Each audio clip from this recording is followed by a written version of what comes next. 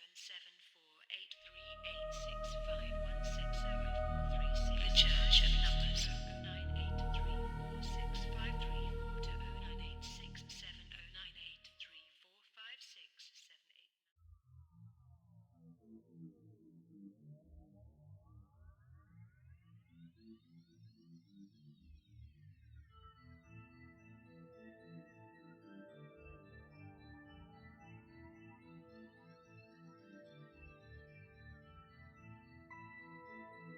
983465438. Video games have been with us for decades. And as with everything, they had humble beginnings. But as hardware and software became more sophisticated, so did the games. Moore's law has shown us, with an astounding accuracy, that the raw computational power is doubling every 2 years. If this trend continues, there will be a time when you will have a hard time distinguishing between what is real and what is computer-generated. In time, the game inhabitants may become conscious and self-aware. At this point, our main roadblock to creating worlds that are indistinguishable from reality is computational horsepower. Once we get to quantum computing, the world will change in ways that are difficult to predict. Countless video games and simulations may become inhabited by untold numbers of conscious beings living their lives in worlds controlled by humans. Some who control those worlds will be kind, while others will be malicious. Some will create worlds of beauty where love, compassion and peace are prevalent. Others will create hell worlds where war and suffering are never-ending. Others still may create worlds akin to simulations where they run without any interference, and every once in a while the players and their friends plug into those worlds and visit their creations pretending to be the inhabitants.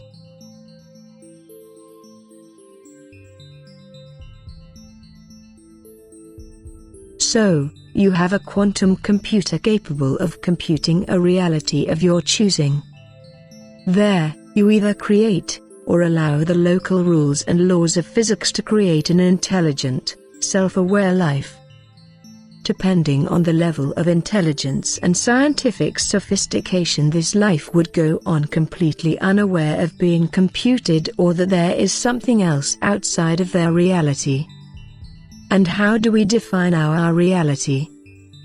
Our reality is defined by what our senses experience. This experience is reinforced by consensus, and then we all agree that what we call a reality is a factual representation of what exists outside of our bodies. Fish, born and living in a small tank, do not miss anything bigger, better or more flexible. They accept what they experience as real. They can conceptualize other realities, but they cannot experience them by going outside of the fishbowl. However, there is nothing stopping the fish from creating powerful computers.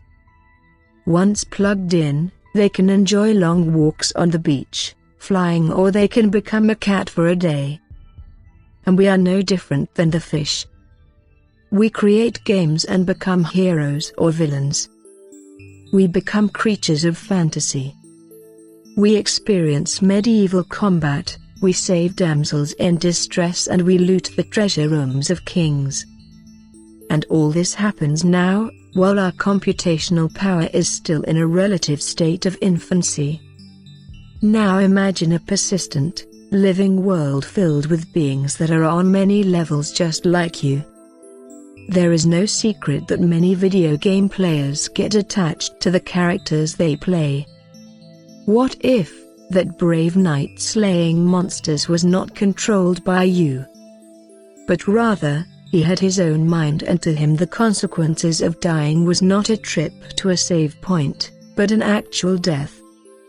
I imagined that his fear of death would be no different than yours. What if you could help him in his quest? Games without rules are no fun. So once you enter the game and become his friend and a fellow soldier, you too must obey the rules. No God mode for you. No special weapons. No super strength potions. If the night or you die, the game is over. The only actions that are meaningful are actions that have serious consequences. Would you mourn if the knight died? Could he become your friend? I certainly think so. In the history of video games, there have been non-player characters that have become household names and a part of everyday life.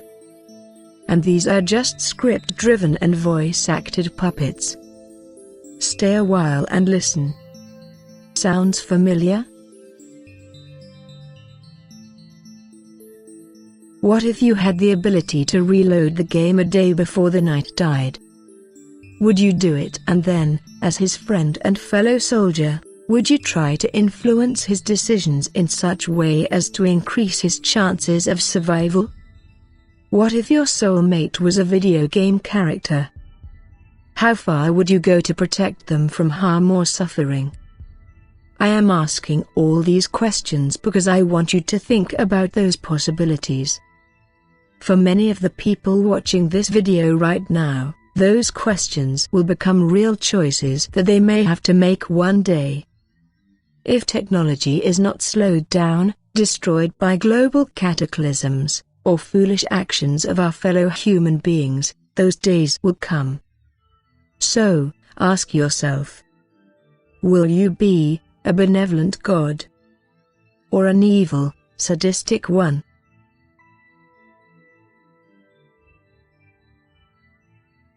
Of course, all these considerations cannot be made without looking at our own existence and the state of our world. If you could create your own world, would you create the earth as it is today? Would you allow our history to have happened the way it did? I will give you a moment to consider this.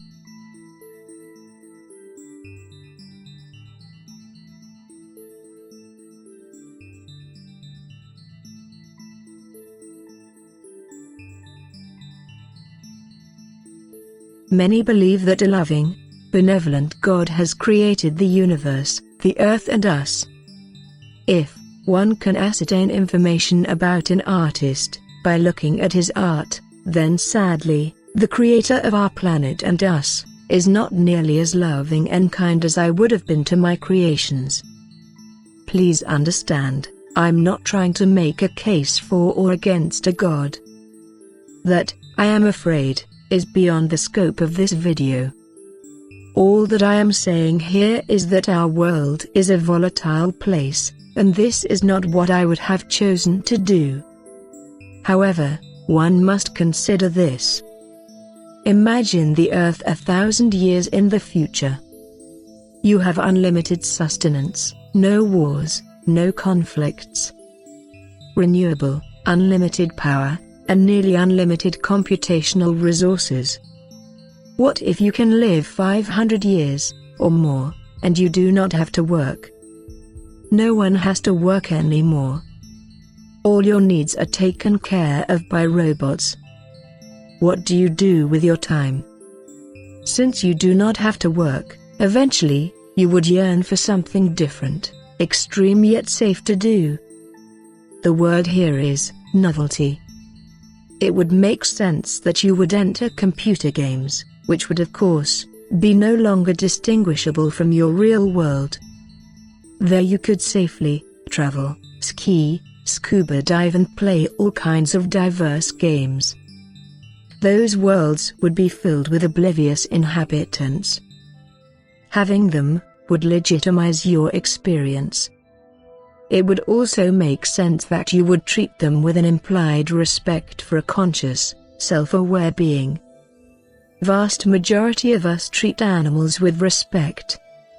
And the inhabitants of the digital worlds would be more like us than any animal. If a feeling of pain, fear, love or compassion can indeed be simulated, then I submit to you that the video game inhabitants would be no different than us. What would not make sense would be to make a utopian world. You would already have that in your real world.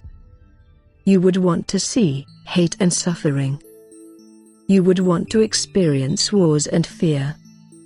and the fair way of doing this would be to allow a universe to run by itself without interference. This way you would not feel guilty that you created something that facilitates so much pain and suffering, as we see in our world today, and in the past.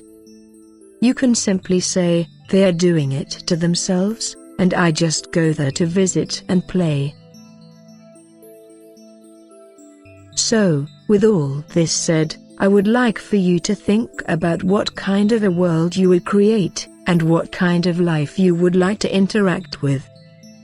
I believe that such deep look inward can teach you about who you really are. I sincerely hope that this world which you envision creating would be a good one. Perhaps even better than the one you live in now. After all, what if you are in a video game right now, and I am one of the plugged-in players lifting the veil ever so slightly? What goes around, comes around, as the saying goes. Just food for thought.